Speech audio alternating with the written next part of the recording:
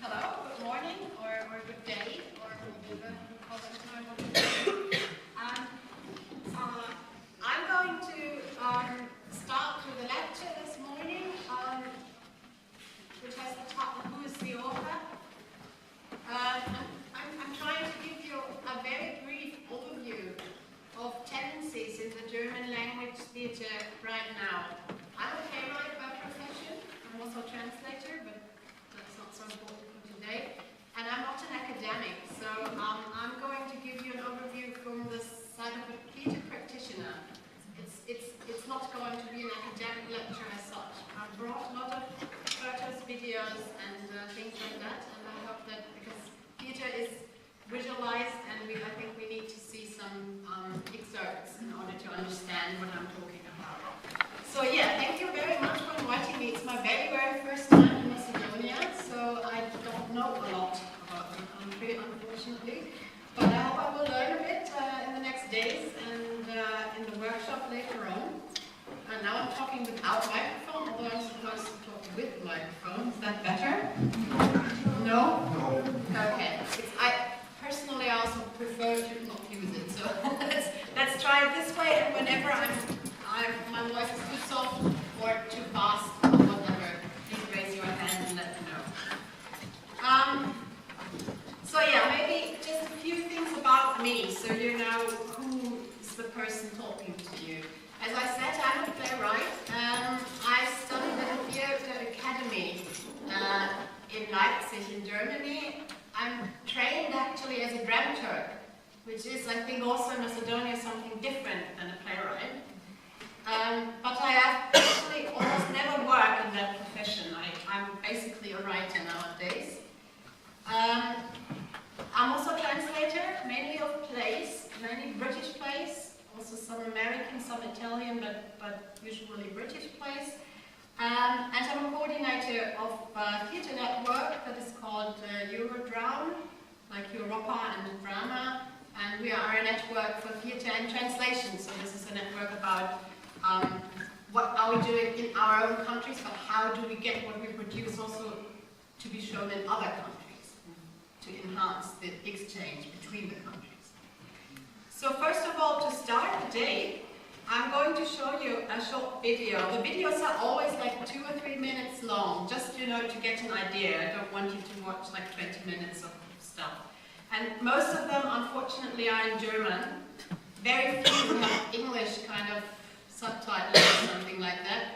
But I will give you some introduction, and I think you can also, from the pictures, you will also understand a lot. It's not so important to understand the whole story and the whole project, I think, in that case now.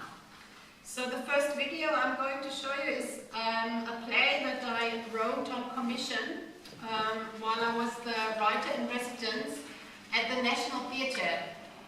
That is maybe interesting to explain, because yesterday I've been with Ivanka to the National Theatre here in Macedonia. We do have 2 national theatres in Germany. That doesn't seem a lot. It's not a lot. And they are not national theatres in that sense, because one of them is in Mannheim and one is in Weimar, and they are both connected to our famous playwrights, Goethe and Schiller. So they are not national theatres in the sense that they are in the capital and represent the whole country, but it's a kind of different national theatre idea. And they have a very, very nice program, which is called Writer in Residence, a Hausautor, as we call it in German. That means that they engage a playwright, usually an emerging playwright, for 1 year at their theatre. So you move to the city, Mannheim, and stay there for a year, and you have the opportunity to work with the ensemble, work with the actors, do small projects, but also to write one play that then gets produced during the year while you're there. And I think it's very, very good, because a lot of playwrights tend to be away from the theatre, and they have not a very clear idea about how actors work and how the program actually is made. So this is usually an extremely good experience. And in that year, when I was there, we had a long discussion in the so-called cantinas in the pub of the theatre, and about the fact that even if it's 2018, almost every Why is that? So we talked about that with the head of the theatre, and he said, well, Ulrike, if you complain about it, why don't you write a play that has only one male character and a lot of female characters in it? And I said, okay, so that was the task, and I'm now going to show you a short excerpt of the play. It's called Herr Schuster kauft eine Straße. That doesn't really translate into English very well. It's about the play of Monopoly, a family playing the game of Monopoly. And it's a bit about the fact that our mother, who was in the 70s very politically active, like against nuclear energy and peace movement and so on, finds herself to have like extremely conservative daughters, and she's not very happy with that. And it's a comedy about political engagement in a broader sense. Der Patriarch. Dieser Patriarch bin ich. Haben die Kinder nicht nach ihrer Großmutter gefragt? Nein. Großmutter ist eine Vokal, die sie verständlicherweise Reflexe gebraucht. In der Welt ist vieles im Argen. Man kann sich nicht immer nur um die eigene Familie kümmern. Nein, das kann man nicht. Hier, Liebe, flimmert das von meinen Augen. Bin mir sicher, irgendwo zwischen diesen Hecken, Blumen, Sträuchern, irgendwo versteckt Haut ein.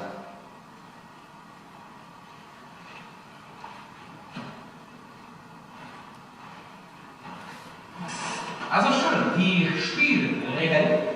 Gespannt. Wir brauchen ein Spielfeld, damit ganze.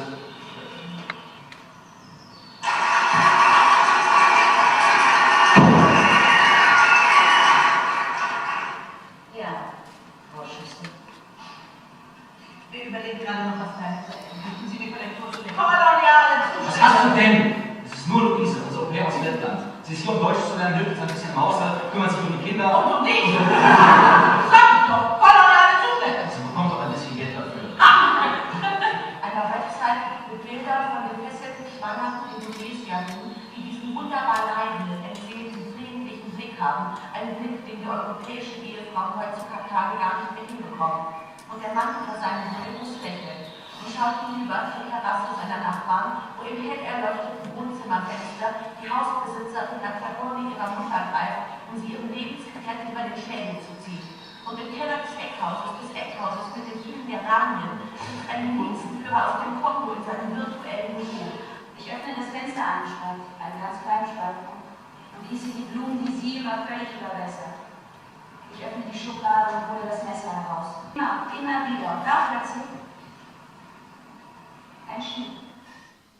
So this just has a first glimpse of how German theatre looks like currently.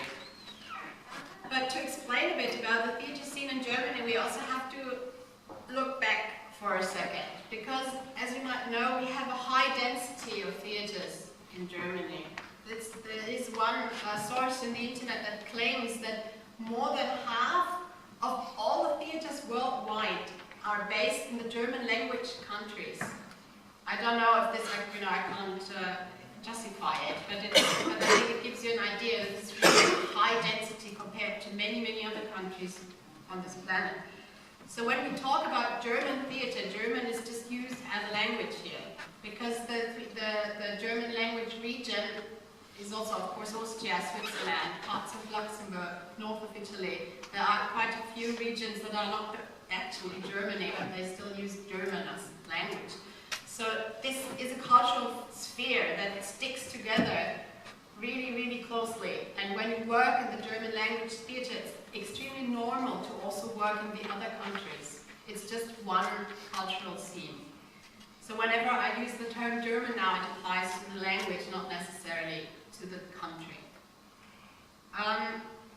There are historical reasons why we do have such a high density of theatres, and that is why I'm showing you this map, because this is a map of Germany in the 18th century, when it wasn't yet a country, and Austria and so on.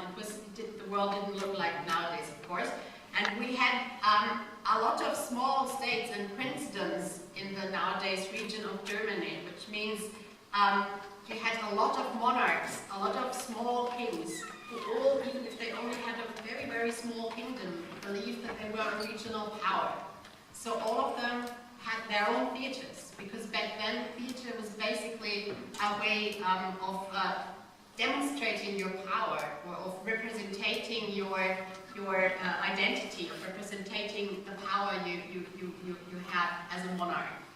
So in that times we had a lot of theatres in all these small states, and they were all funded by the aristocrats, so completely different to nowadays, because as I said, it was really about representation.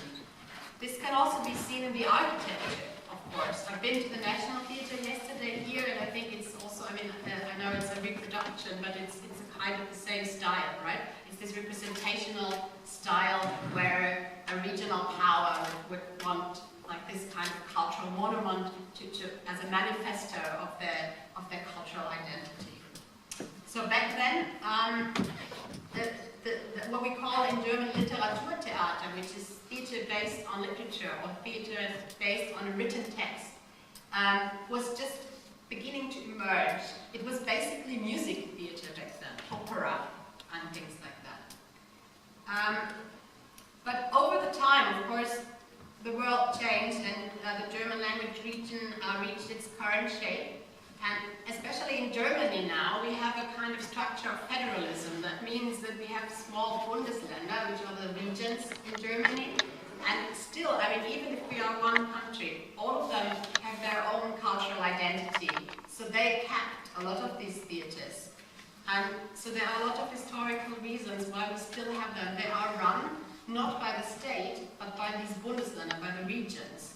So where I come from, Hamburg, for example, we have a city theatre, we have another theatre that is funded by the city, and so on. But in Berlin, you have different ones, Bavaria.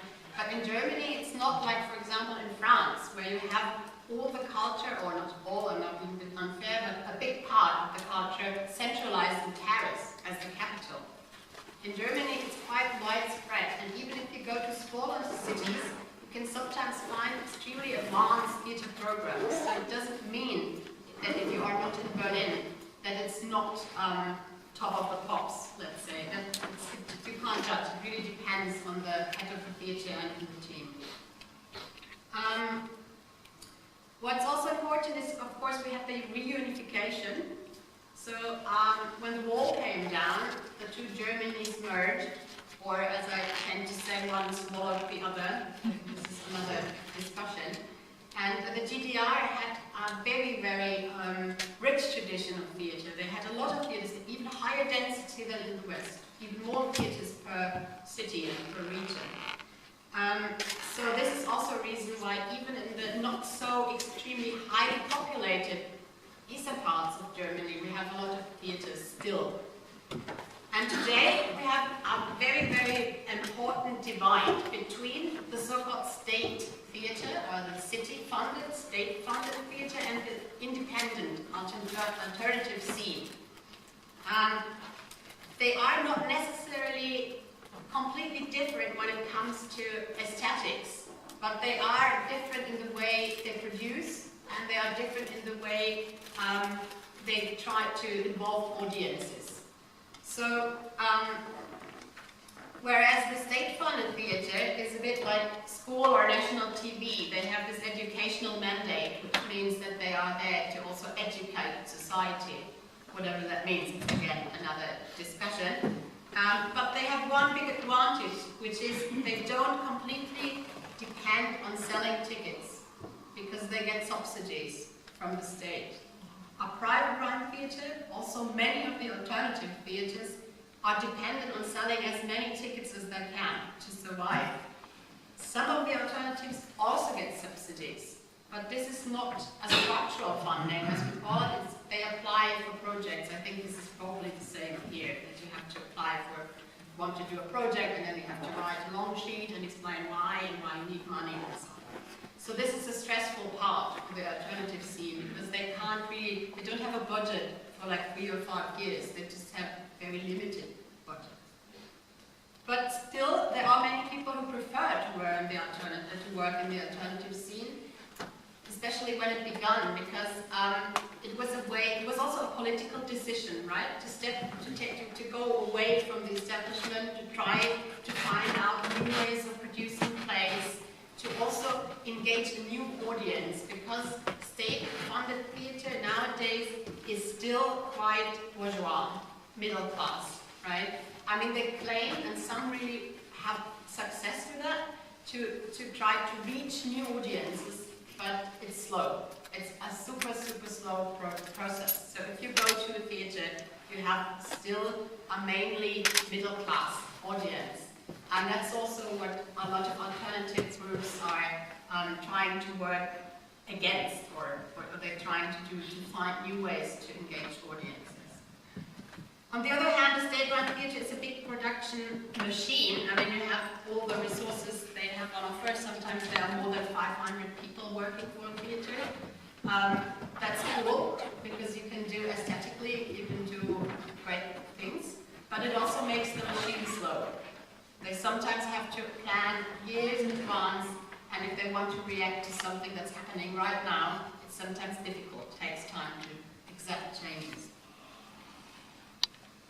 Still, we can say that the important thing is also that the alternative scene actually started to reach out to other countries and build up something that we would call an international scene. That was something that didn't happen in the state-funded theatres. Nowadays, they're kind of trying to catch up. And many of the state-funded theatres also go abroad and have co-productions and so on. But it's actually something that started with the international festivals and the international projects of the alternative scene. So nowadays the divide is visible but not as strong as it was, because they influence each other. There are people who work in the independent scene and also in the state-funded theatres. At the moment, in the German language theatre, is it really true that narrative theatre based on a story, on a plot, on literature, on text, is on the decline? Is that really true? That we are heading towards a theatre that is not relying on text anymore? There were many years, like the last, let's say, 15, 20 years, where plays that are based on a story were actually almost regarded with suspicion. This has an interesting reason, because in the German state-funded theatre, with its repertoire and its structures, the director has an extremely strong position. It's something that is always funny when I'm trying to explain it to my friends in the United Kingdom, because when you go to London and you're on rehearsal, it's normal that the writer is in the rehearsal. It's normal that the writer has a right to discuss, for example, who is going to play the main character. In Germany, that's unthinkable. To have a writer in the rehearsal room, for many years it was not possible. Usually as a writer, as a playwright, you come maybe for one reading in the beginning, and you come for maybe 2 or 3 rehearsals at the end. But you are usually not part of the whole process. Because the aesthetics of the German theatre right now are more about what we call handwriting of the director. So they're very strong interpretations of texts, also classics. And the director's position in that is extremely strong. So they, for a short time, or a longer, let's say for the last 10, 15 years, they prefer to work with texts that they call open. Texts that are not determining so much what's going to happen on stage. We have a German word for it, it's called Textfläche. This is something that there is no real official term yet in English. But I talked to a few friends in the last days to find a good translation, and we agreed on tapestry, which makes it a bit like a carpet, right? So you have no characters, you have usually maybe some story in it but hidden, and the director can just take the text as a quarry, like a quarry where you would take stones away and put them together in a different way. So this is it's completely up to interpretation by the director, and that's what they really prefer. The prominent example for that, of course, is Elfriede Jelinek, Nobel Prize winner from Austria, who is, let's say, one of the big women of the post-dramatic theatre, as we call it. Post-dramatic in the sense of that it's not, it doesn't have the classic drama structure anymore. Well, let's keep that question in mind, because right now there are many voices claiming that probably there's going to be a backlash, and probably there are going to be many stories in the next years. because the text-flattened system will still be there, I'm quite sure, but there is also an urge or a desire for stories that can be found, especially in the audiences, because they kind of thought that was interesting for a while, but now they also sometimes want to see some narrative text. Okay, don't worry, I'm not going to talk so much all of the time. We're going to see a lot of things right now. So there's one very important tendency at the moment. It's the documentary theater. The guy we see on the picture here is Peter Weiss. He's one of the most famous writers of documentary theater. Just to summarize it quickly, what is documentary theater? It means that the text is based on documents. Could be historical, could be legal, could be interviews, could be reports, but it's not based on prose or not based on a story.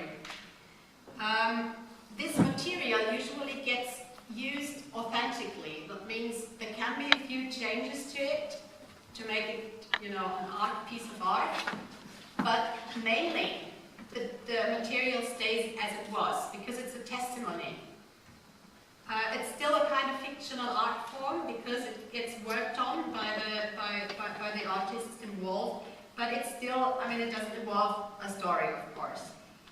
The most important things about it is about composition, how you arrange the material and how you concentrate it.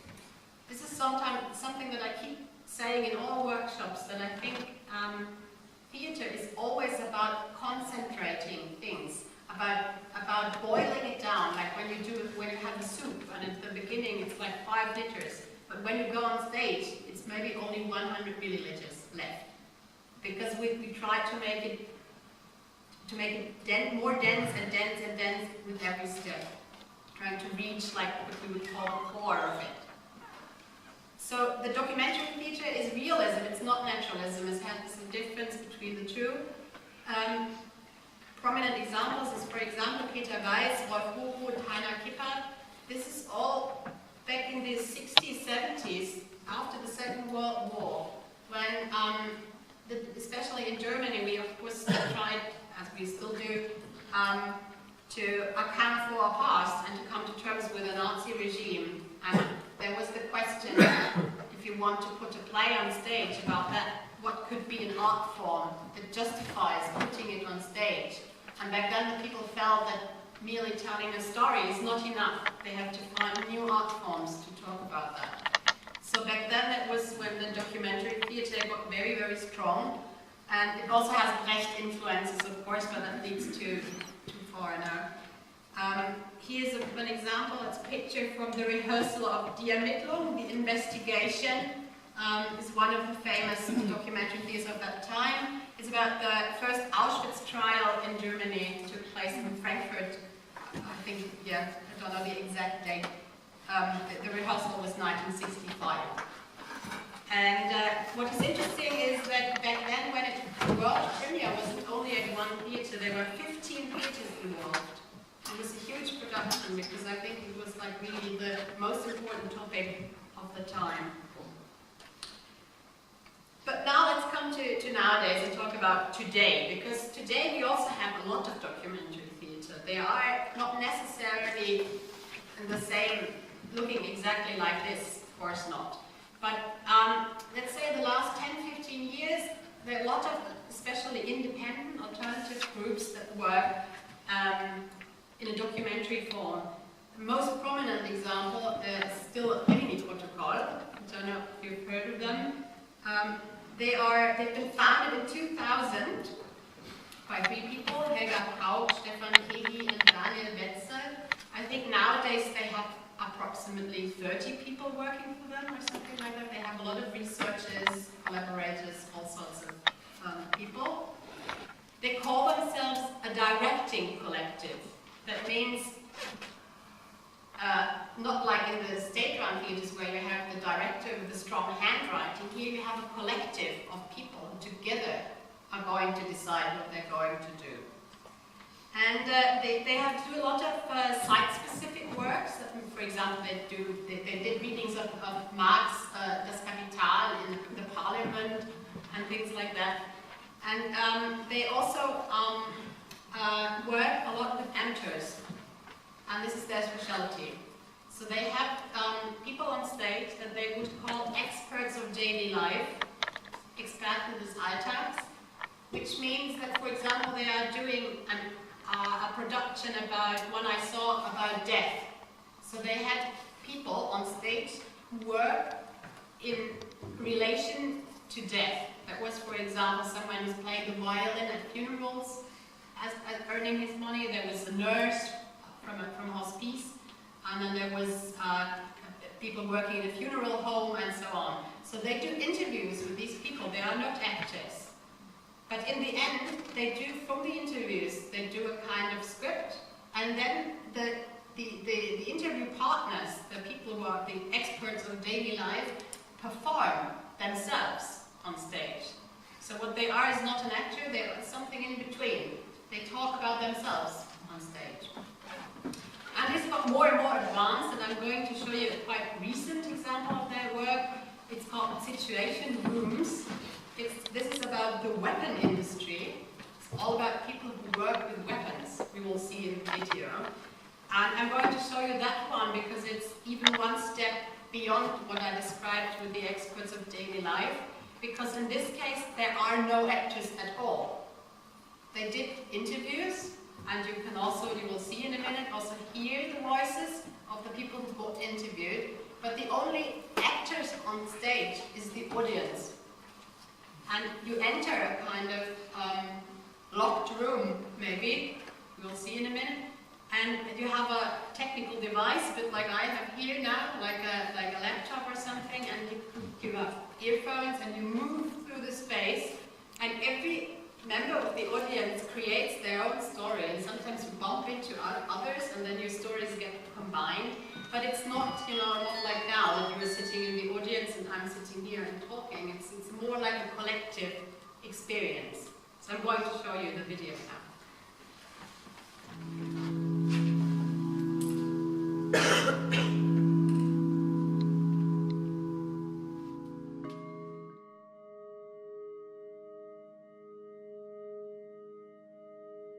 Was braucht man, um in den Krieg zu ziehen? Nachtsichtgerät, feuerfeste Unterwäsche, Splitterschutzweste, Mut, Gottvertrauen, Sanitätsausrüstung und Ausbildung. Man muss eben wissen, dass es immer gefährlich werden kann.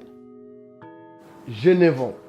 Ils m'ont ramené aux frontières du Rwanda pour me former à être soldat. Früher habe ich Waschmaschinenteile gemacht. Heute machen wir Hightech-Waffenteile. Und die Arbeit war eigentlich genau das Gleiche. You know that somewhere over the fence there is someone that actually wants to kill you.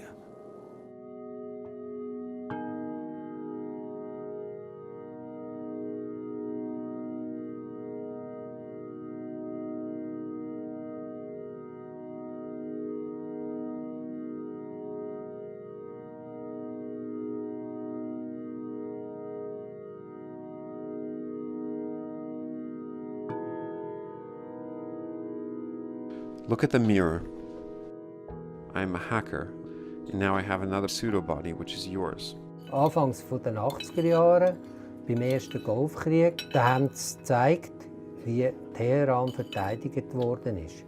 Auf einem Hoteldach oben habe ich gesehen, dass da ein Geschütz steht.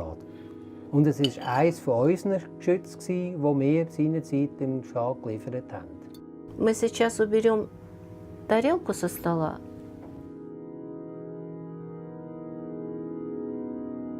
Walk over to him and say hello. Ujambo, habari zako? Sasa niambie. كيف أنا وصلت لهم؟ من جميع أنحاء حمص توجهوا الناس لساحة الساعة ليعملوا مثل هاي المظاهرة، وعملنا كان بالتغيير.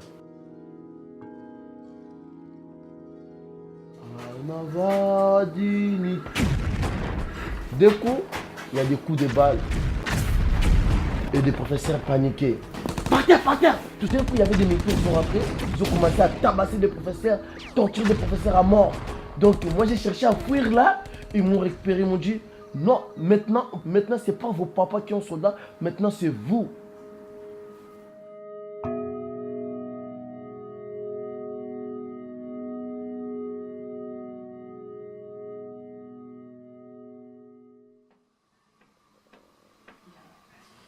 So you can see that this is still has these elements of the documentary theatre because it's really based on documents and on all kinds of interviews and other material. But, and it, of course, hidden in these documentary structures, there are always small bits of narrative structures. We can't avoid narrative structures as soon as we enter the stage. Even if we think we don't make narrative stories, the audience always comes up with a way to read what we are doing. This is a kind of cultural thing. We can't just follow something without creating a story out of it. But I think it's an interesting example because it also raises the question, what's authorship, or who is the author of that? Is it the people who put the thing together? Is it the people who gave the interviews? Is it the people who are actually there in the room? Who's the author of that piece? Some of their other projects go even beyond that, because what they also do is something that I would call reenactment. What they did in Hamburg is where I live, in the biggest theatre. It's a 1,000 seats theatre. They did a reenactment of the World Climate Conference while it actually took place in Paris back then. So we came there and it was something in between reenactment and a game show. Game show now sounds a bit as if it was only fun. It was fun, but you also learned quite a lot during that day, because when you go there, you are the representative of one country. That happens by chance. You just draw like a sheet in the beginning, and then you get told you are from Saudi Arabia, and then you are there, and you can elect and you can vote for things, and you can talk to audience, and then we'll try to convince you why you should do that and that and that and that. And it was a quite interesting experience, and of course it's a completely different way of perceiving theatre.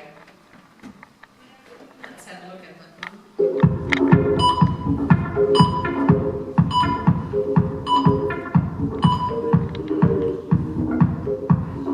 Sie sind heute nicht hier als Zuschauer oder als Hamburger oder als Vertreter Deutschlands, sondern Sie sind hier als Delegationsmitglieder für 196 Länder.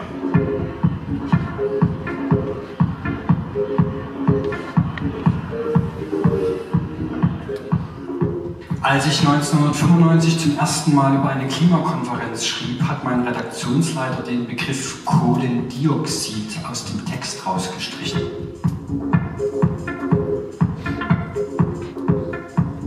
Heute werde ich hier die Küsten- und Inselstaaten beraten, die besonders vom Meeresspiegelanstieg betroffen sind.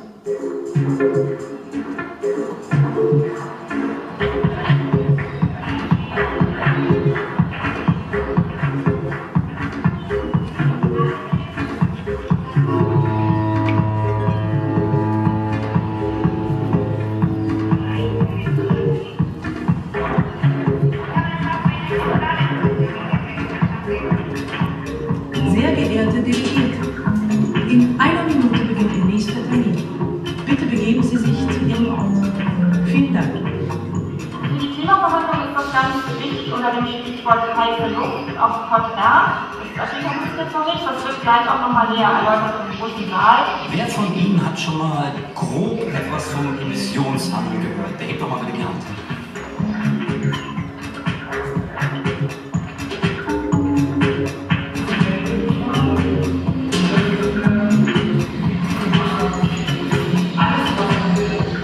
Es wird Gewinner und Verlierer geben, aber halten wir dennoch zusammen und werden gemeinsam zu den Helden, die unseren Planeten erhalten. Ich verspreche Ihnen als Schauspielerin, Ihr Applaus wird belohnt werden auf der This is actually the only actress in the whole performance. All the others that you've seen were either audience members or experts, like journalists, oil traders, and so on. So she's the only actress. We noticed she's fake. You noticed she was fake? Yeah, I think you do somehow. She's a bit too actress-like. Okay, I'll stop it here because it was clear, I think. Enough of Rimini Protocol for the moment. It's a very interesting collective that you could talk a whole day about their projects, but let's also have a look at a few others. This is Maxi Obex, a playwright from the north of Italy, actually, works in Berlin.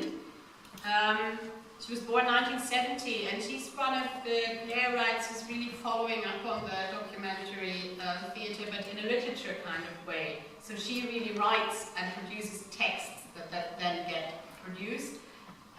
She had a very successful play recently. Here's a page of the Relations, very small, sorry.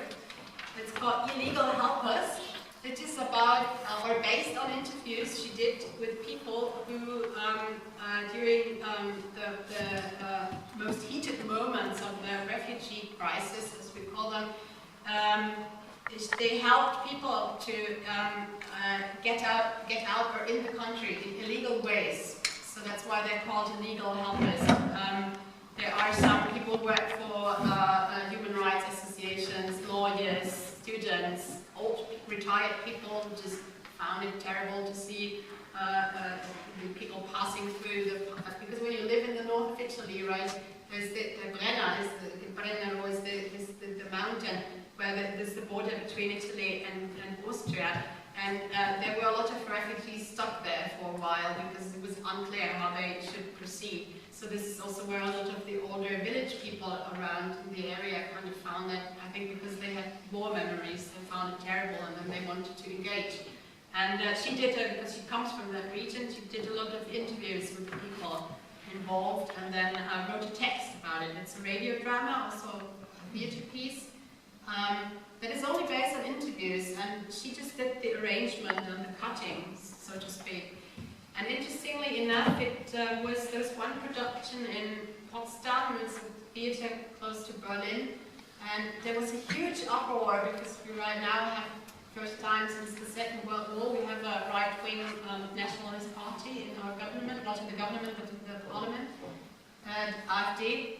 And the AfD members of parliament protested against that play, and that it should be removed from the repertoire.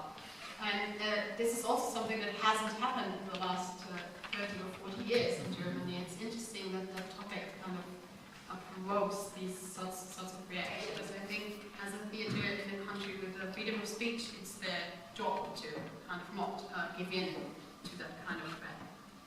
So let's move on to another thing that is another tendency is very strong at the moment, and that is the fact that we all think there's not only one author, but maybe we should write together. What kind of collective writing strategies? That started usually with two people writing together.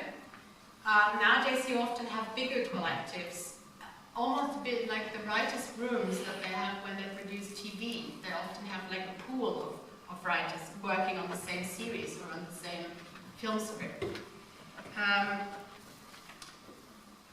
Also, of course, devised theatre, which means that the writer comes to the theatre and works with the actors, developing the play while they are improvising, while they are talking about the topic and so on. Has a very strong influence. Maybe there are more devised theatre projects at the moment than actual literature-based plays. It's very, very strong. There's another thing that plays into that, and that's, I think, a desire of the writers to also work in different languages, so that we felt if we only write in German, it doesn't really reflect our life anymore, because we travel a lot. We have, when you go to Berlin, there are so many people who don't speak German. Why should we only produce plays in German then? So, as an example, I now take something from my own work. This is a picture from the rehearsals. We did a project in France. It was a co-production between a French director, Anne Monfort, and a Portuguese writer, Michael de Oliveira, and myself as a German playwright. And what we did was, we had only a topic in the beginning, that was Europe and its revolutions. And we did a collaboration with actors who spoke at least two of the three languages, so say French and Portuguese, or German and French, or whatever. And over the course of 2 years, we met several times, and we started with interviews with the actors about memories, about their families, about what a revolution in the future could look like, about the revolutions in their own countries. And even this is a very different experience because in France, of course, you have the French Revolution. It's like the whole revolutions. Revolutions. Yeah, exactly, absolutely. And in Germany, we are not quite sure if we ever had a revolution. I mean, we had the March Revolution, but that's another thing. Some people would say maybe the reunification was some sort of revolution. I would doubt it, but yes. In Portugal, you had the Carnation Revolution. It's a very interesting example because it's one of the few examples of a quite peaceful revolution that where actually it was actually a military coup, which makes it even more curious. And what is the most interesting thing is that the military was more left on the political scale of the actual government. So even if it was a military coup, it was a coup from the left. And so these three experiences we wanted to combine to one theatre performance. And we worked for several years, and this is another picture from the rehearsal. We only had the stage design, but still no text. And in the end, before we started working on the final script, I think we had like 250 pages of text. Of course, too much. So the director had to sit down and cut it in the end. So that was her. It actually was her in the end making the final cuts and the final version. So I'll show you an excerpt of how it looked at the end.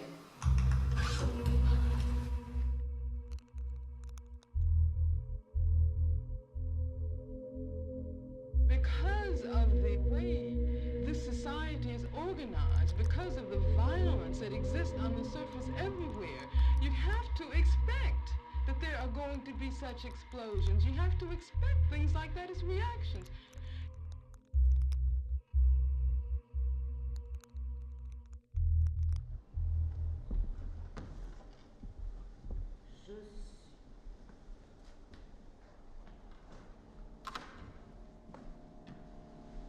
Je suis le nous.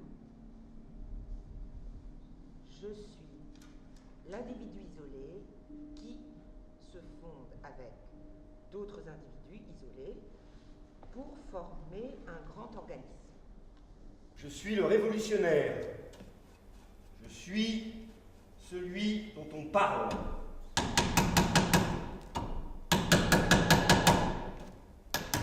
Je suis celui qui a pris l'épée, le fusil, le bout de bois qui traînait par là.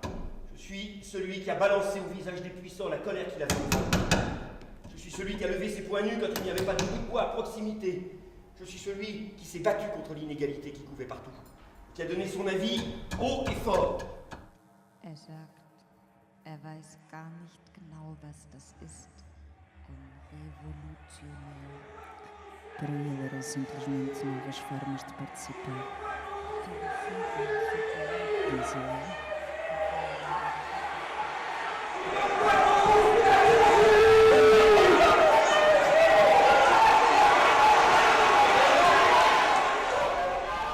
Soudain, un mot surgissait.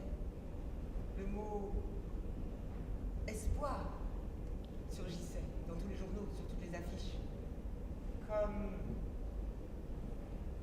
Comme un mot-clé qui montrait l'envie d'un nouvel ordre mondial.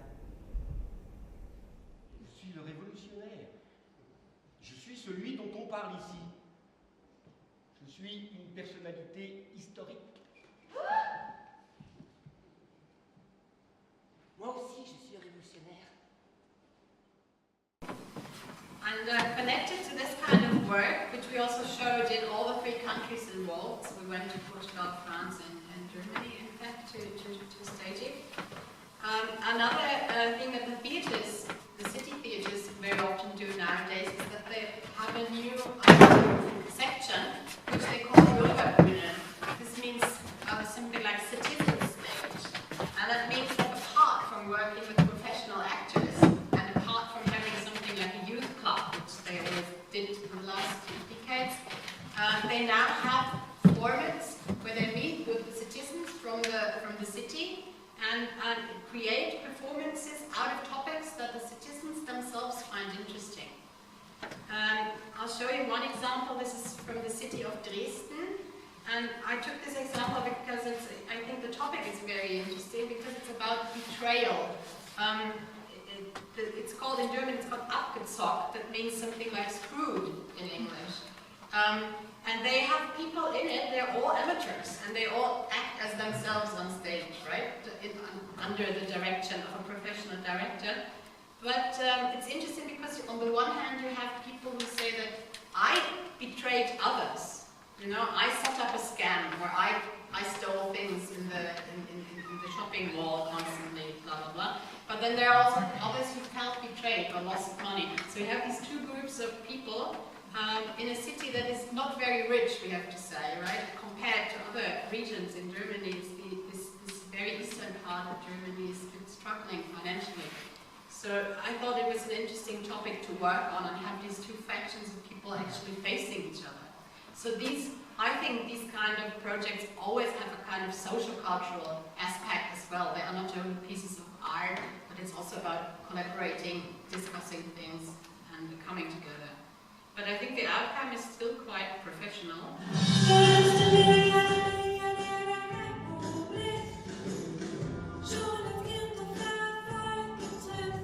Hauptsächlich habe ich Lastschriftbedruck gemacht. Dafür brauche ich EC-Karten und irgendwie komme ich da auch ran. Das waren bestimmt 800-900 EC-Karten in den letzten 5-6 Jahren. Wir haben den Leuten manchmal Zeug verkauft, die wir niemals eingebaut haben. Aber ich habe immer gleich Barauszahlung gemacht. Wenn das einmal klappt, dann klappt es das zweite Mal, dritte Mal auch. Ich habe richtig gut verdient. Leute prellen, die gar nicht haben, das ist schon niederträchtig. Komplimente, so kommst du mit den Leuten ins Gespräch. Hier kannst du was lernen. So viele schöne Menschen, der S3 habe ich wirklich Kriegst deine Haare heute wieder wunderschön auf. Du hast immer einen Plan B. Du hast in letzter Zeit viel Sport gemacht.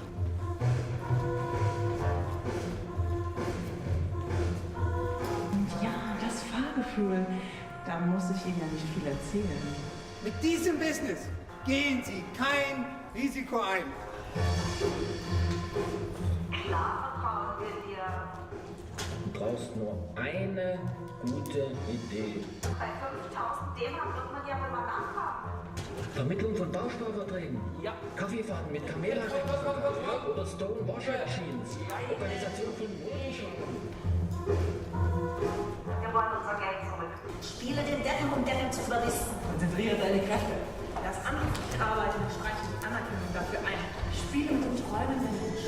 Ich bedanke mich und sage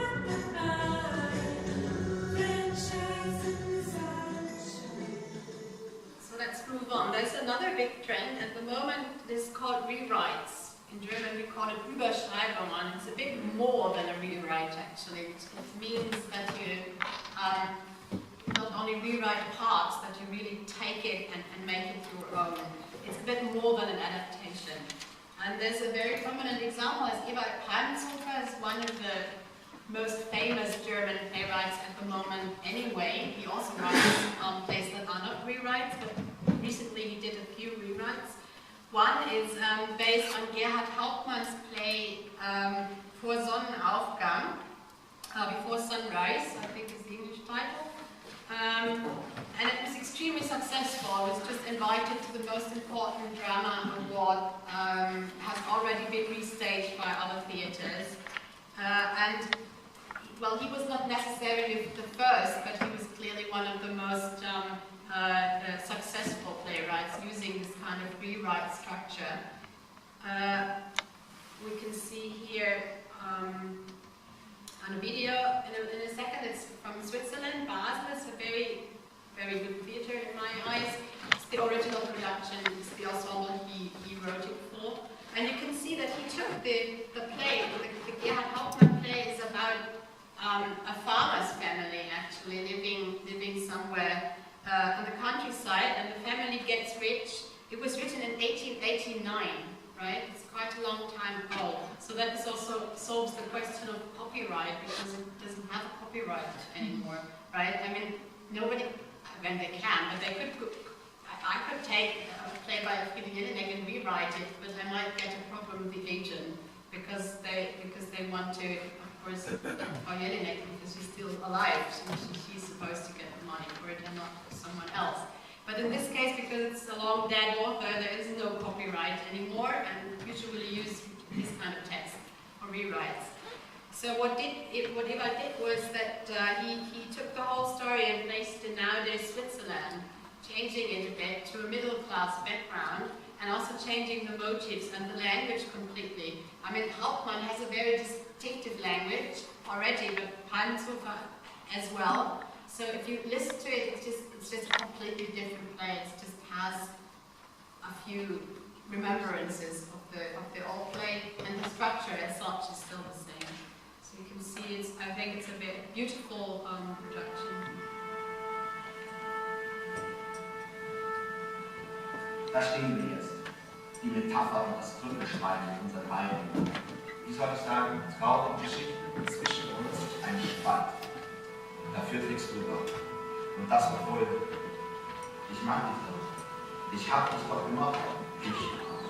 Als Treppenlift, das wird mir voll und ganz genügen, als Treppenlift statt einer Nachsicht. Vielen Dank. So, ich bin soweit und war am Boden. Das freut man eigentlich gar nicht. Jetzt ehrlich, von allen Menschen auf der Welt bist du der Letzte, mit dem ich hier gerechnet hätte. Ja, danke ebenfalls. Tja, man war schon vorher nicht mehr reinkommt, wenn das Fenster und die Tür nicht öffnet. Es gibt auch ungetretene Gäste, das zu Hause. Noch da? Damit hätte ich nicht gerechnet. Ich habe gedacht, du hast einen bestimmten Kreis rausgenommen, mich jetzt verstanden. Naja, du bist ja auch klar. Beruflich also ist das hier versteht. Na gut, dann weiß ich das. Beruflich und privat.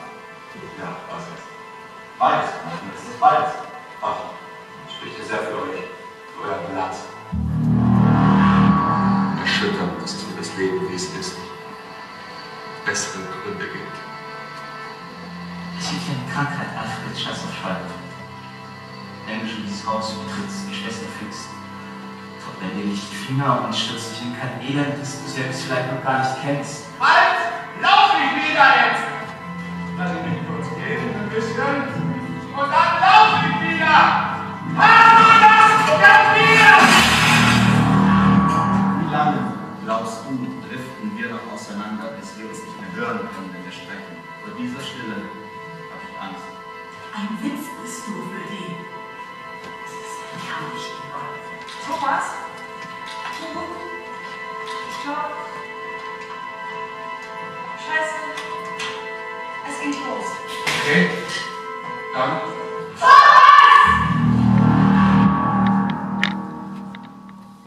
Yeah, this is just one example, and also to drop the name Ewald Palmshofer, because I really think it's one of the most important living playwrights at the moment. We are also working on a project in Karlsruhe at the moment. I'll just show you the script. It's based on 3 Ibsen plays. Ibsen is also one of the playwrights that often gets used in rewrites. And this project is the idea to combine 3 Ibsen plays into one.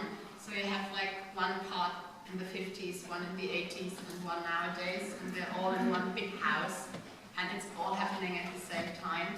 So Lady from the Sea and Nora and Hannah Gardner, and they're all kind of one big family. And Nora is actually the grandmother of all the other characters. And so we're still working on that premiere in September. So this is now coming to the last big chapter. I would call rewriting language. Because not only because our life becomes more and more internationalized, but of course also in the wake of the refugee crisis, the immigration and so on, the artistic landscape and the society as such has changed. And we already talked about bilingual and multilingual projects, but this change in society, of course, made it more and more important to rethink this mono-language kind of, we always produce art in German. So in the beginning, like a few years back, there were quite a few projects with refugees, because also in a kind of social cultural context, they just wanted to engage this new group of people. So in the first examples are actually, I will show you a video later on where they had like a normal production, for example, of a Jelinek play, which we are going to see. and then they engaged a group of refugees to work with them. But they are, I mean, they are still refugees on stage, right? They are not engaged as artists in that sense. But apart from these kind of projects, you also have a lot of third and second generation immigrants in the country. We have a big minority of Turkish-German people. I heard this morning in the radio that we're now not talking about Turkish-Germans that have a German passport. We are only talking about Turkish-Germans who have a Turkish passport. And this is 1.6 million people living in Germany. And I think it's probably more than 2 or 3 million in total. Some of them have 2 passports. So it's a quite huge part of our community. But if you look at the theatres, if you look at the cultural scenes, they until now, they hardly ever played a role. I mean, if you go to a state-run theatre, you hardly find a Turkish-German actor. They are usually all like me. Although I'm a bad example because of my family history, but still. So this has now changed a bit, because now you also start to have playwrights that are the second or third generation immigrants. For example, I'll show you 2 videos later on. And we also have another group of international artists coming to Germany again in order to work there, because there are a lot of people, strangely maybe enough, from Israel who live in Berlin. It's quite huge Israeli community. There are many artists from Syria right now who came as more refugees, also based in Berlin. So these groups of people who are professional artists and move to Germany, of course, go on producing art. But very often their German isn't very good yet, or they're still learning German, so they produce their stuff in English. Sometimes they produce it in several languages or in translation. So 2 examples are Yael Ronan, who is a very famous director from Israel, based sometimes in Berlin, works with the Maxim Gorky Theatre in Berlin. And it's also important to mention this theatre because it was actually maybe the first state-run or state-funded theatre that has a kind of ensemble that reflects diversity. So they actually do have now quite a few actors who don't have a German origin or who are not German native speakers. And Necati Eziri is a native German speaker, but the family is of Turkish origin. And he also works with Maxim Gorky and produces plays with them. Let's have a look at the examples. This is first is Yael Ronan. It's called The Situation, and it's a kind of devised theatre project about actually artists living in Berlin in that case. They all have to attend a language class because it's mandatory in Germany.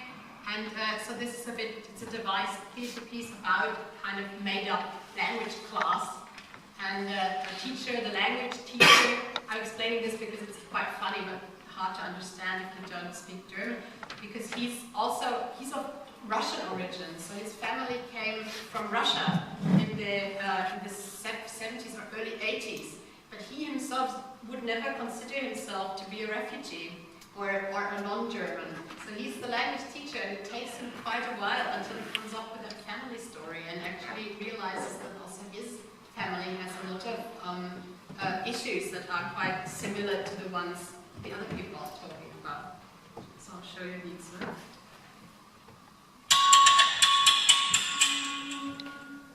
Deutschland in 90 Minuten. 1, 2, 3. Bitte.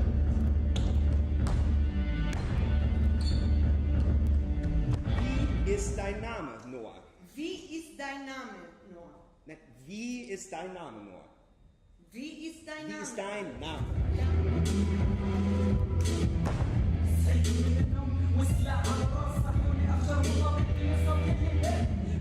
متخيل انه انا رح ابقى بامان ابدا. كان عندي ترانزيت من مطار تيجل لبيروت، فموظفه التركيش ايرلاينز قالت لي انه في قانون جديد بخص السوريين. This is too political. Man, it's not politics, it's my life. And it's beautiful. I mean, it's terrible. But very beautiful, but terrible. I would like to work legal, but they asked me for 30 documents minimum, one of it my birthday certificate. And you know, it's my city there, so occupied by ES. Any paper I need, I should call them again. Call ES again? Yes. Wenn ich Cyril in Berlin treffe, I would like to hear from them some stories from the war. You know, horror stories like massacres, execution, rapes. It's like Game of Thrones. They can kill you as example if you sell any kind of a fruit except banana. I don't know who told them that the Prophet was eating just banana and the other fruit are gay. Und deine Oma will nicht schlucken, die Aria-Nutte, denn mein Sperma schmeckt strenger als die Scharia-Nutte. Something like this. Weil wir gerade die Vergangenheitsform durchgenommen haben, dachte ich, es sei eine brillante Idee, die Klasse zu bitten, ihre jeweiligen Geschichten zu präsentieren. Und ich hoffte eigentlich auf amüsante Anekdoten von ihren Familien.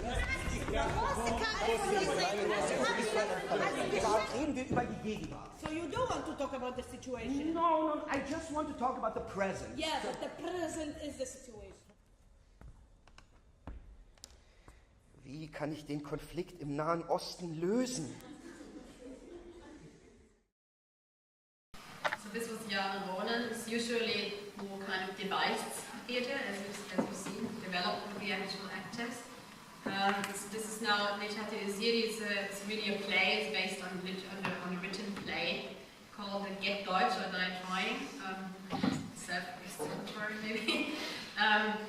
Yeah, I'll show you. It's directed by Sebastian Hübling. This is also maybe interesting to drop the name because he's really one of the greatest directors we actually have at the moment, especially when it comes to contemporary text.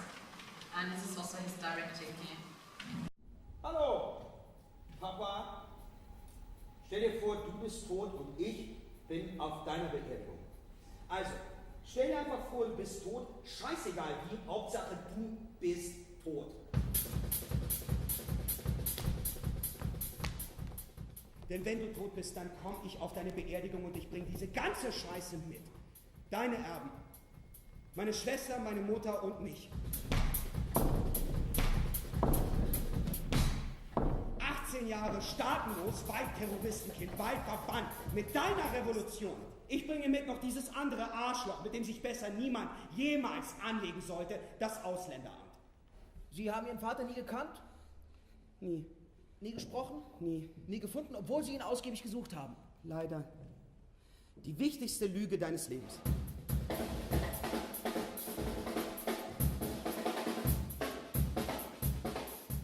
Was fehlt denn noch? Der kleine schriftliche Sprachnachweis. Also, ich ficke deine Tochter, bis sie Arabisch spricht. Ich bin der deutsche feuchte Traum deutscher feuchter Frauen. Herzlichen Glückwunsch, Landsmann. Jetzt gibt's die Einbürgerungsurkunde.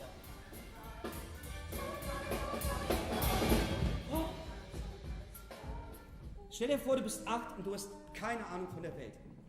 Du kommst nach Hause, deine Mutter döst auf der Couch, auf dem Boden vor ihr 2 Wodka Jelzin leer.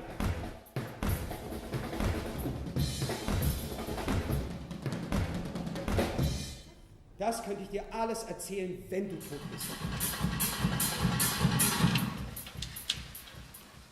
Yeah, and one last example is a bit older project, but I think a very important one. It was called Die Lücke. This means something like the gap.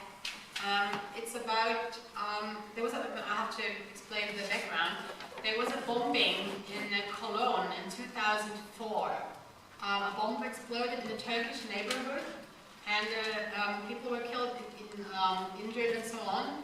And only later on we found out that this bomb was planted by the NSU. It's a kind of Nazi terrorist network, right-wing network. The trial is still going on, interestingly enough. And that was a big shock for the German-Turkish community because they were the target of this bombing. So in Cologne, another director of German-Turkish background did a project with actors from the city scene theater in Cologne, but also with people from the neighborhood who were affected by that bombing. And it was, again, it started as a kind of social cultural project, but I've seen the outcome, and I think the performance was really a piece of art. So it was not, you know, I mean, it was not only interesting for the people who were involved, but it was also interesting to watch it in the end. Let's have a short look at that.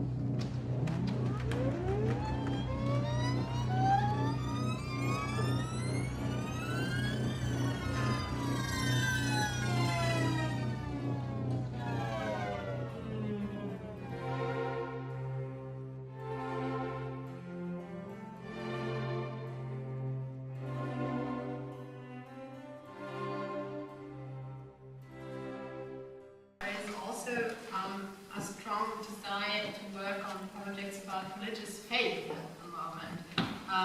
Not only with the Muslim community, but that's basically where it started. I have quite a few projects with Muslim communities, but also with the Jewish communities or even the religious communities in a wider sense. And there's one very interesting writer, Björn Bicker, who does, he also writes books about religious diversity or faith in the 21st century, but he also organizes something that he calls city projects, which means that do a project, the theater is the one who starts the project, but it takes place in the whole city. So it's not, you know, on a stage in a theater, but it can also be in a church or on a street or in whatever site-specific space is interesting. And the excerpt I'm going to show you is one that also engaged institutions and communities, and it's called Urban Prayers. This is the version they did in Switzerland, in Zurich. And it's, yes, I mean, you will see, I think, in a minute, but it involved a Jewish community, a Serbian Orthodox congregation in Zurich, but also also a Shiva temple community. So it's quite a wide mixture. And what they had a choir of believers. So they have a group of, you will see that in a second. They talk and they give like a manifesto of what they think could faith be in the 21st century. And choir is something that we don't have time to talk about today, but the chorus or the choir is something that's also very important again in the German language. There are many projects that involve this kind of chorus as a character in it. Maybe we still have time to talk about that in the workshop. So I'll show you that short video.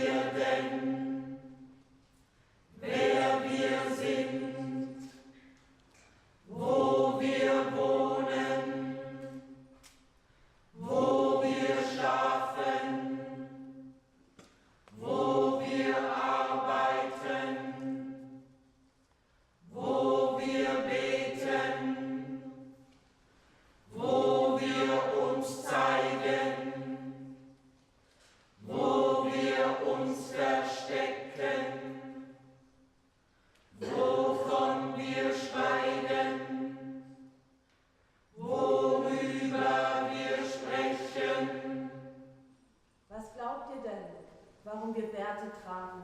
Locken, Hüte, Perücken, Kippot, Tücher, Hosen, Röcke, Ringe, Kreuze, Bänder um den Arm, Tattoos. Warum wir den Kopf bedecken, warum wir den Kopf nicht bedecken, warum wir die Schuhe ausziehen, warum wir nicht die Schuhe auszuziehen, warum wir euch bitten, die Schuhe auszuziehen, warum wir euch sagen, dass ihr die Schuhe ruhig anbehalten könnt, warum wir euch bitten, endlich auch einmal die Schuhe auszuziehen, warum wir euch Plastiküberzieher anbieten, Filzpantoffeln.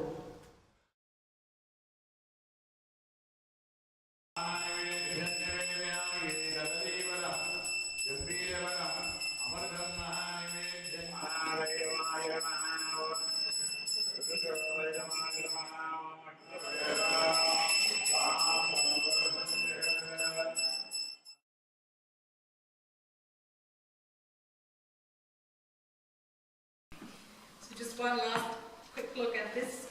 Siva Ben-Yeshai is also an Israeli artist living in Berlin.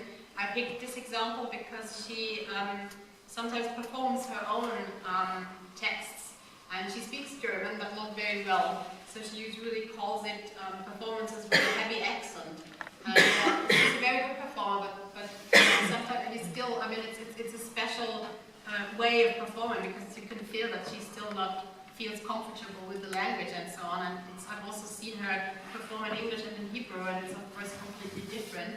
But she uses this kind of this lack of knowledge of language actually as an artistic statement.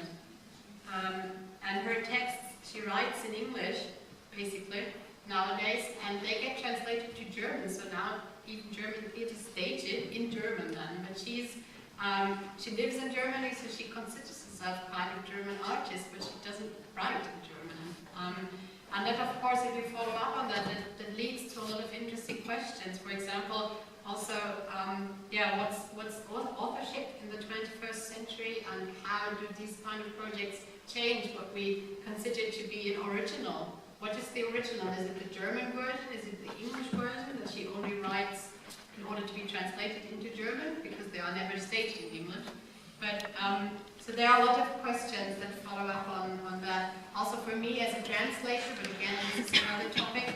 This could be a whole conference. Is how do you deal with texts that are written in a language that is not grammatically correct, but for art reasons? How would you want to translate that? Is it possible at all? So just to summarize a bit, I now gave you a lot of examples of post-dramatic and documentary and all sorts of new forms of writing. That doesn't mean in my eyes that the narrative plot or the playwriting in the form of literature is dead. I think there are still many, many playwrights that use that form, including myself. And I think that there's a kind of coexistence. So because of the change of society, you of course always need also new approaches, but you also can always go back to text. And very often text can be a good source to share questions, to share issues, to share knowledge. And I'm just listing here a few things that are very good sources if you're interested in keeping up with what happens in the German theatre scene. So the first one is the Mülheimer Theatertage is probably the biggest and most important festival for for German playwriting. There's one award each year, and it's the most important playwriting award you can get in Germany. But it's only for plays that have already been staged. So usually you are invited to this festival with a production of a new play. The second one and the last one, the Heidelberg and Berlin, are more showcases of contemporary playwriting that have plays that have not been staged. So you only see readings, excerpts, tryouts, and so on. And there's usually also an award, but for the playwright, not for the, for the No, for the text actually, because there is no performance yet. Yeah, I think so. Yes. And the Antoine Theatertage Berlin is a bit something in between, because they have tryouts and what we would call workshop readings, and it's a combination of it all. So this is a very good source. I mean, they all have good web pages, and where you can also in English follow up on what's going on. And a quite good source, of course, is also the Library of the Goethe Institute, where you can find a list of which play has been already translated into what language. So maybe if you, I don't know, if you're able to read in French or in English, then you can find some plays in translation. Yeah, so that was a summary, quick summary from my side. We could talk about that endlessly because it's only like a selection of examples, and the scene is very vivid, and there are thousands of people I haven't mentioned now. Yes, but I hope we will be able to go on talking in the afternoon, and maybe you also have a few questions, so we still have a few minutes left. If there's anything you wanted to ask or connected to this or connected to the German theatre at all. Question. I wanted to ask you how were you informed about the local theatre, the regional? Because in Macedonia and in the region here are really strong German influence, and we always did that, and we know a lot about German theatre, and a lot is translated. I've seen almost all of these performances in the Goethe Library. Unfortunately, Macedonia, the provincial theatre and theatre at all are not developed because it's quite a poor country. But for example, in Bulgaria, in Romania, in Croatia, and Slovenia, they have also these provincial theatres, which are many times much stronger than the ones in the big cities. And when we were learning about theater, drama or whatever, performing arts, we always, our basis is usually Hamburg dramaturgy from Leysen. So we are very well informed about the development of the German theater, historical. So what is your impression about our theater here? How does it respond with the European tendencies in the theater and the German? Well, I only arrived yesterday and I've only seen the production last night, so it's only one example. It's a bit too early, I think, to come to a conclusion. I can't really judge that, I'm sorry, but yeah, as you say, I mean, I spent more time in Slovenia, and I had the impression that although I don't speak Slovenian, I saw quite a few performances, also in smaller cities, and I agree with you that some of them were even more avant-garde than the ones in Ljubljana. And also good quality, it didn't matter. I mean, they also travel in the country. And I have to say that there is a kind of connection between the German way of staging things and what I saw in, for example, Slovenia and Bulgaria. I found that you know, sometimes I travel quite a lot and I work internationally, and there are countries where I would say it's quite difficult to find a way, you know, to talk about what we're doing at all in Germany. I remember I came back from Sri Lanka, where I teach workshops, and my students there, the best story ever that happened there was that I showed them a video of a production from Maxim Gorki Theatre, and then there was silence, and then there was one very polite guy, and he came up to me and said, "But madam, do they really like that kind of theatre in your country?" You know? And this is, I think, so there's a big gap between what they consider theatre and what we do. But I don't think that's the case here. You know? And also when I read plays from the region, I mean, also from Croatia or from Serbia and so on, I have the feeling that even in the forms that are used and so on, that there are a lot of similarities, right? Not, or we're relatives, right? Not necessarily, it's not the same, but it's kind of connected in a way. Yes. Another question? Yeah. What kind of cultural policy do you have in Germany, and what are the ways they stimulate the theater development? narrative playwriting, etc.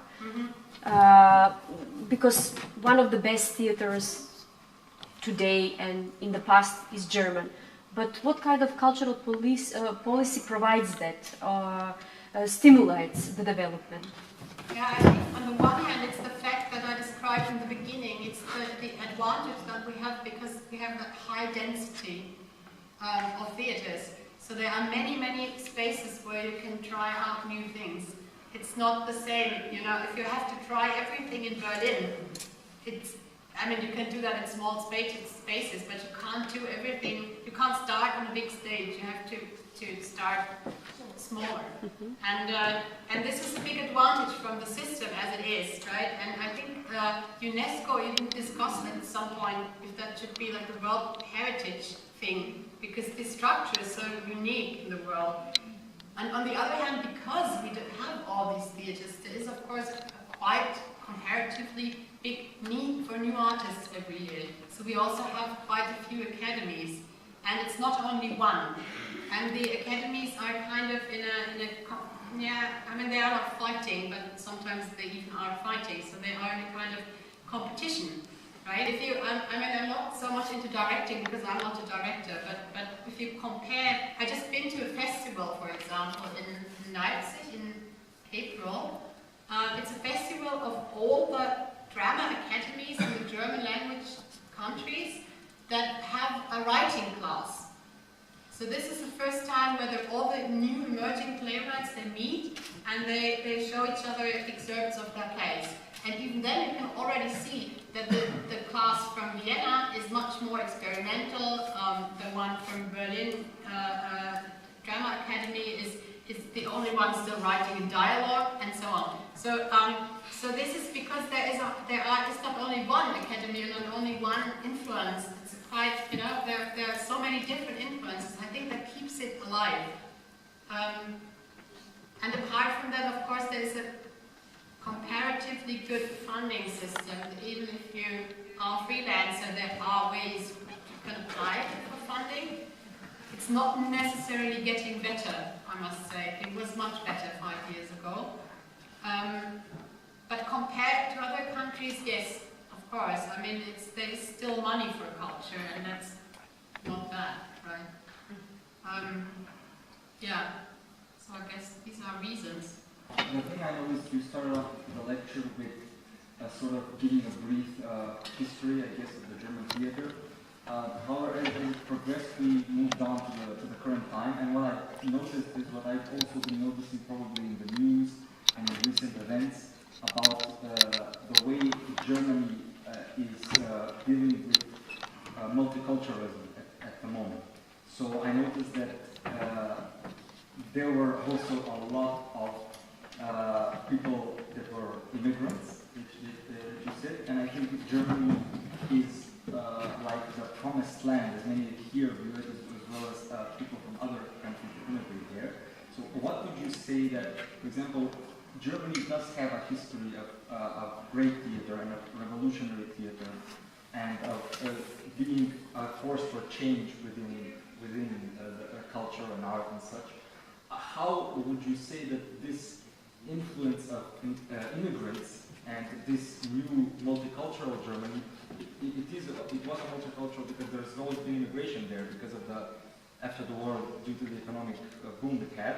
But how do you say that these current events are changing or shaping the theater? Are they making it sort of a more like, we're not talking about a German theater and more of an international theater? Or do the people that come just adapt to what already is going on? That's a very good question, because I think we are too early to tell, actually. There is next weekend is from the ITI, the International Theatre Institute, actually has a symposium or conference with exactly that topic, about whether are we internationalizing the German theatre landscape. I think we are, to a certain degree, but only in the big cities. That doesn't really change how, you know, in the small city theatres, how they work, because there are certain projects that only work when you live in a city that has more than 500,000 inhabitants, right? Because the community that it addresses is so small that you can't do that in a small city with only 5,000 inhabitants. So I think there is a huge, how to say, there is quite a big amount of plays, of theatres that will go on working in a quite traditional way, no matter all these examples that I showed here. And there are I also tried to explain that there are quite a few, like Nechati Waziri, there are quite a few people of immigrant background who completely adapt to the system. And I think at the moment, like with the refugee crisis and so on, and in the last 10 years, it was the overall topic. It was just very, very important to deal with that somehow. I think it's already a bit on the decline. There are already less people doing these kind of projects, but still, that's also why I'm saying I'm quite sure that the rigid play is going to survive, because there are still enough groups going on doing that. We don't know the direction of it all, but you know, I mean, even when I started writing in the early 90s, people told us that the play, there will be no plays in the future and everything is going to change. And in the end, change is quite slow. So yeah, I think there are always this kind of, so the topics of the moment, and they are quite big, and then we have to have a look in 10 years what really remains of that. I think it will get less and less and get incorporated in the system somehow. And just back to what you asked before, because this is something maybe that plays into that as well, is that because the city theatres always engage new people, and they also take impulses from the alternative scene. And this is, I think, what keeps it vivid. That it's not a closed circle. The circles are always changing, and the people are moving, and no one is staying in one theatre for longer, usually than 5 years. And then they move to another city in another combination of people. And I guess also this kind of movement keeps it alive, because you have to adapt to a new city. And they are quite different. It's super different to working in Munich or working even in Hamburg. And then it's different working in a small theatre that travels around and does productions in classrooms or so on. So there are completely different situations. And I think that keeps it alive. I'm interested personally in your place. Tell us something briefly about that. What are they about, and how are you work? What's your system? If there is a system. And well, I'm a kind of traditional playwright in that sense that I mostly work really alone at home at the table writing the script, and then I give it to a director who then puts it on stage. I think in my own work you can have two groups of plays. One is a group that is probably kind of social critical comedy, and the other one is more in a kind of direction that's about, it's definitely about, I'm trying to, because I want to avoid saying the same thing I wanted to say in the workshop, but now I'm looking for a new word. Yeah, it's kind of, I also wrote science fiction, so let's put it that way. I also wrote things that are based in mega cities.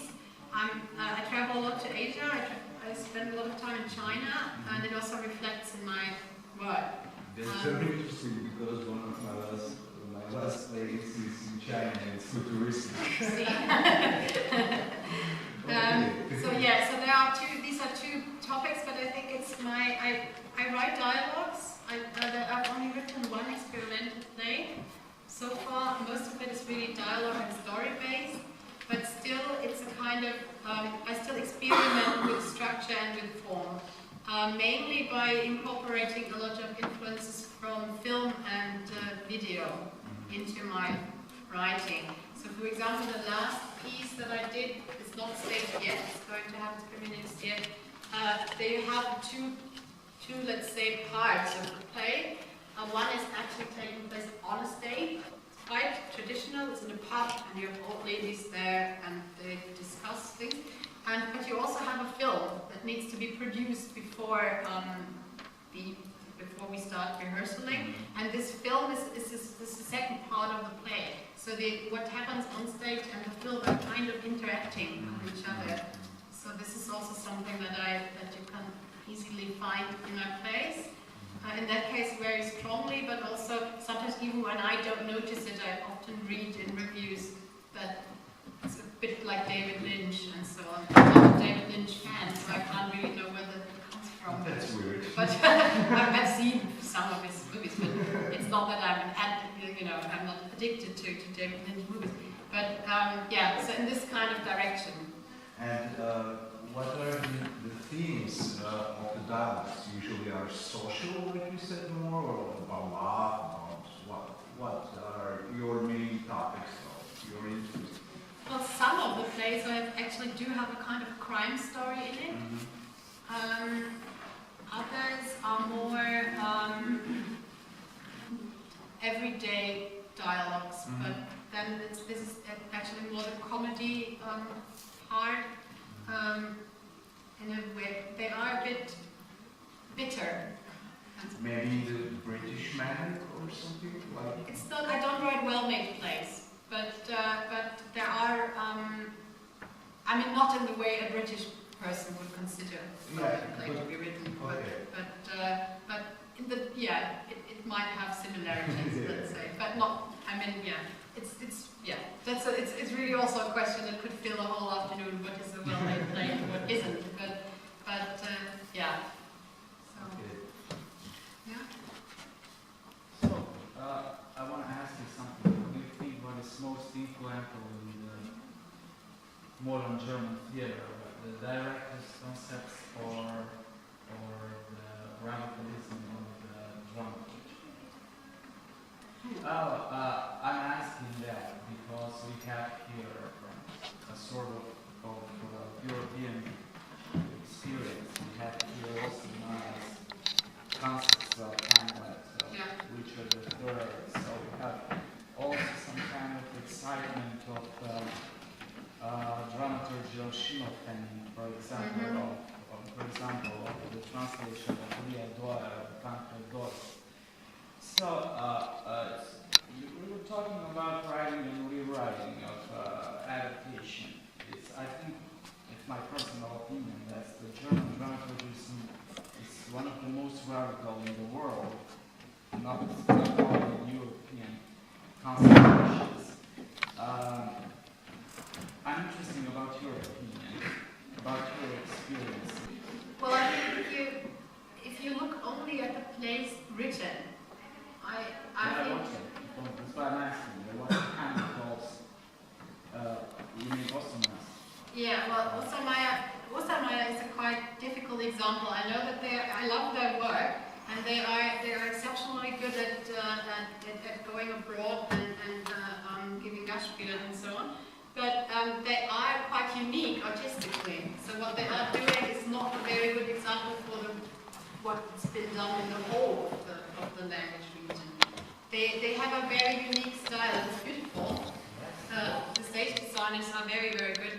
I think that, yes, I agree that the dramaturgy is quite radical in Germany. It still is. It's going on like that. It will go on like that, even if we go a bit back maybe to storytelling and dialogues. But if you look at the daily life in the theatres, it's still the director who has the most influence. That's what I want to ask you. It's also Castle. It's something what is remarkable, more radical, and immensely influential in this, especially now, this time. There's some kind of excitement from Arabic Night, also about the production. Schimmelpfennig is becoming very popular. Yeah. Thank you. Any other question? Okay. Thank you very much. I invite you to have a refreshment outside and to continue with informal communication with our guest, Ulrike. Thank you very much. Thank you.